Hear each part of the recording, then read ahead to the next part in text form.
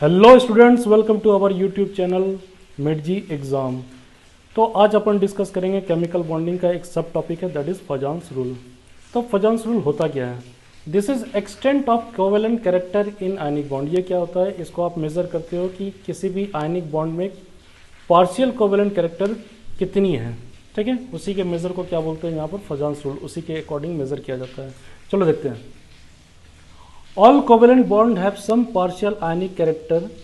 Similarly, all ionic bond have some partial covalent character. तो यहाँ पर ये क्या कहना चाह रहा है? यहाँ पर कहना चाह रहा है कि जो आपके जो कोवेलेंट बॉन्ड्स होते हैं, जितने भी कोवेलेंट बॉन्ड है, उसके पास कुछ पार्शियल आयनिक कैरेक्टर्स प्रेजेंट होते हैं। वो 100% कोवेलेंट नहीं होते हैं। और जो आयनिक बॉन्ड्स होते हैं उनके पास क्या होता है? पार्शियल कोवेलेंट कैरेक्टर होता है। दैट मीन्स कोई भी कंप्लीट आयनिक नहीं होता है, ठीक है। अब देखो क्या होता है। The extent of covalent character in ionic bond depends on the polarizing power of cation and polarizability of anions. तो यहाँ पर क्या है? दो वर्ड का यूज हुआ है, that is polarising power of cation, ठीक है। तो एक्सटेंट ऑफ कोवेलेंट कैरेक्टर, अगर आपको देखना है कि extent of covalent character in ionic bond कितना है, तो वो दो बातों पे डिपेंड करेगा, दो पैरामीटर्स पे डिपेंड करेगा। तो पहला पैरामीटर क्या है? That is polarising power of cation, ठीक है। तो ये क्या है? Polarising power of cation. And second जो पैरामीटर है that is polarisability of anions.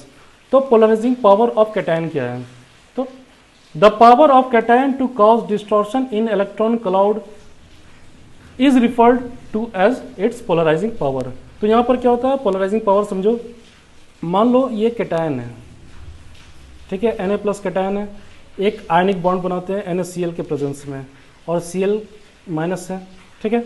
तो ये क्या होगा? ये इन दोनों का जो फॉर्मेशन होगा ये आयनिक बॉन्ड का फॉर्मेशन होगा। क्यों होगा? क्योंकि यहाँ पर ट्रांसफर ऑफ चार्ज हो रहा है।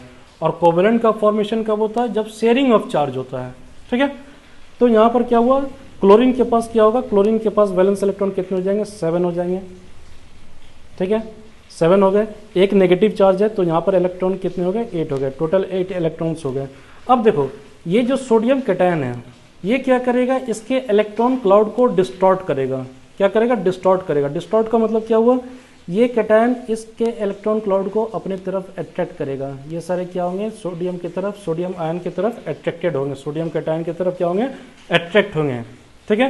जिससे क्या होगा? ये इलेक्ट्रॉन का मोशन हो जाएगा और ये कहाँ पर आ जाएंगे? सारे in between both the species आ जाएंगे, जहाँ पर इसके पास क्या आएगा? एक पार्शियल कोवेलेंट कैरेक्टर प्रेजेंट हो जाएगा, ठीक है। ये क्या करेगा? ये पार्शियल कोवेलेंट कैरेक्टर ऑब्टेन कर लेगा by sharing of these electrons. ये इलेक्ट्रॉन क्लाउड को डिस्टॉर्ट कर रहा है, ये इलेक्ट्रॉन क्लाउड को अपनी तरफ अट्रैक्ट कर रहा है।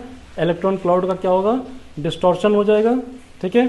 उनकी शिफ्टिंग हो जाएगी और उस शिफ्टिंग की वजह से क्या होगा? यहाँ पर एक कोवेलेंट कैरेक्टर प्रेजेंट हो जाएगा, ठीक है। अब देखो पोलराइजेबिलिटी क्या होती है? The ability of anion to undergo distortion is called polarisability. तो अब कोई भी एनायन है, यानी यहाँ पर क्लोरीन एनायन है, तो इसकी कितनी पावर है जो कि ये क्या करे? खुद को डिस्टॉर्ट कर ले, ठीक है। That is called polarisability of anions. तो यहाँ से ये क्लियर हो गया। अब फजान्स रूल की तरफ चलते हैं। देखो फजान्स रूल क्या होता है? Extent of covalent character in ionic bond is decided by some set of rules, some set of rules called Fajans rule, ठीक है। कुछ सर्टेन रूल्स हैं जिसको फॉलो करता है, उससे उसी के अकॉर्डिंग फजान्स रूल वो कहलाता है, ठीक है। फजान्स रूल के देखो क्या क्या क्या इसके पैरामीटर्स हैं। तो फर्स्ट में क्या है? Size of cation and anions. तो यहाँ पर साइज ऑफ कैटायन और एनायन पे फजान्स रूल डिपेंड करता है। तो जो कोवेलेंट कैरेक्टर होते हैं, ठीक है, जो the extent of covalent character in ionic bond depends on polarising power of cation and polarisability of anion, ठीक है। ये समझ में आ गया? अब देखो, the smaller the size of cation and the larger the size of anion the greater the covalent character of an ionic bond. इसका क्या मतलब हुआ? जो आपके covalent character in ionic bond है, that is covalent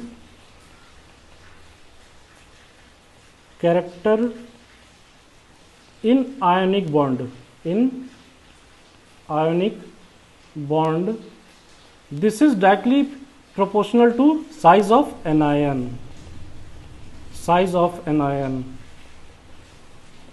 एनायन का जितना बड़ा साइज रहेगा उतनी ज़्यादा इसके क्या होगी?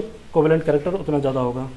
तो नेक्स्ट देखते हैं, covalent character in ionic bond is inversely proportional to size of cation, यानी साइज ऑफ कैटायन के ये क्या हो जाएंगे?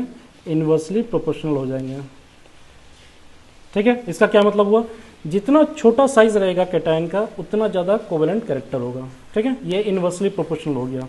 अब नेक्स्ट पैरामीटर देखते हैं, चार्ज ऑन कैटायन। तो जितनी ज़्यादा चार्ज होगी ये डायरेक्टली प्रोपोर्शनल है, यानी covalent character, covalent character in ionic bond, in ionic bond is directly proportional to charge on cation. Charge on cation. तो एक बात याद रखना, जितना ज़्यादा आपके चार्ज होगा कैटायन पे उतनी ज़्यादा क्या होगी, कोवेलेंट कैरेक्टर होगी। तो यहाँ से समझ में आ गया, साइज ऑफ कैटायन एन का क्लियर हो गया, चार्ज ऑन कैटायन का क्लियर हो गया। तो देखो कोवेलेंट फिर से देख लेते हैं एक बार। तो covalent character in ionic bond is directly proportional to size of an ion.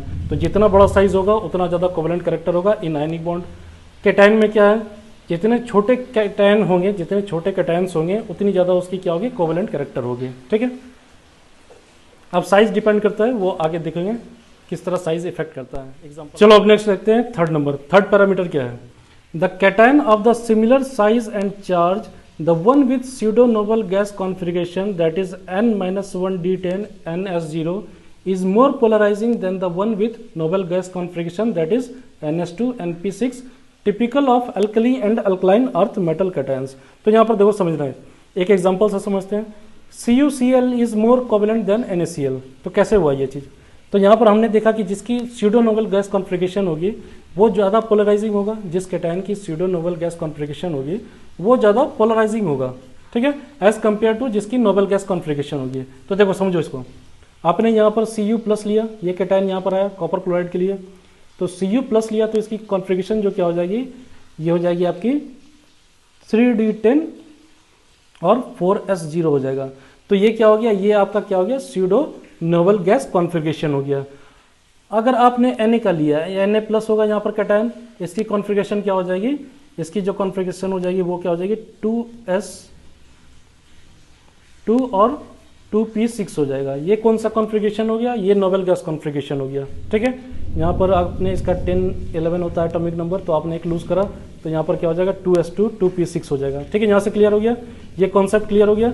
जिसकी स्यूडो नोबल गैस कॉन्फ़िगरेशन आएगी वो ज़्यादा पोलराइजिंग होगा एज कम्पेयर टू जिसके नोबल गैस कॉन्फ़िगरेशन से। ठीक है, इसलिए यहाँ पर क्या हो गया, CuCl is more covalent than NaCl।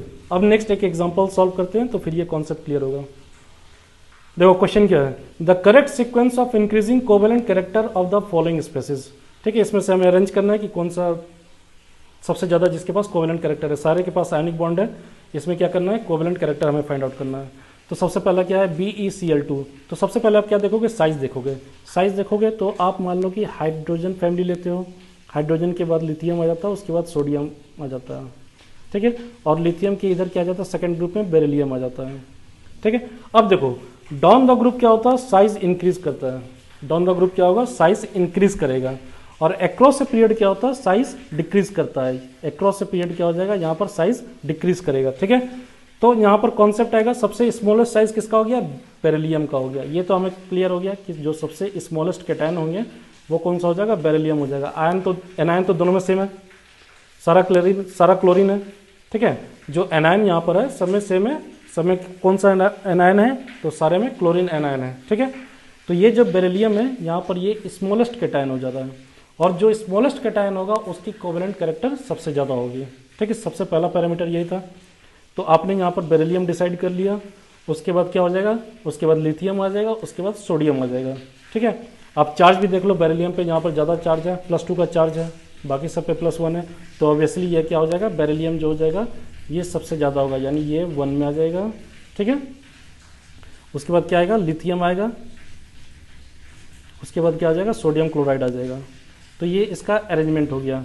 तो sequence of increasing covalent character, increase करना है तो सबसे, यानी इसको आप ऐसे भी इंक्रीज कर सकते हो, लिख सकते हो NaCl is smaller than LaCl, इसमें कोवेलेंट कैरेक्टर। उसके बाद सबसे ज़्यादा किस में हो जाएगा, तो बेरिलियम क्लोराइड में हो जाएगा। यहाँ से क्लियर हो गया ये कॉन्सेप्ट, फजान्स रूल क्लियर हो गया। मान लो अगर आपको यहाँ पर क्लियर नहीं हो रहा है तो एक और एग्जांपल सॉल्व करते हैं। ठीक है, साइज़ को लेकर यहाँ पर आता है आपका, मान लो कि लिथियम क्लोराइड है और एक KCl है। ठीक है, तो दोनों में एनायन का साइज़ क्या है, सेम है। एनायन दोनों सेम क्यों है, क्योंकि यहाँ पर दोनों सेम एनायन यूज़ कर रहे हैं। अब क्या करना है आपको, यहाँ पर कैटायन देख लेना है। लिथियम और पोटेशियम में किसकी साइज़ कम है, तो लिथियम की साइज़ सबसे छोटी है एज़ कम्पेयर टू पोटेशियम। तो यहाँ पर कोवेलेंट कैरेक्टर किस में ज़्यादा आ जाएगा, तो वो लिथियम में आ जाएगा। इसमें क्या होगा, इसमें कोवेलेंट कैरेक्टर ज़्यादा आ जाएगा, ठीक है। इसमें क्या हो जाएगा, KCl में इसके कंपेरिजन में थोड़ा कम हो जाएगा, ठीक है। यहाँ से क्लियर हो गया।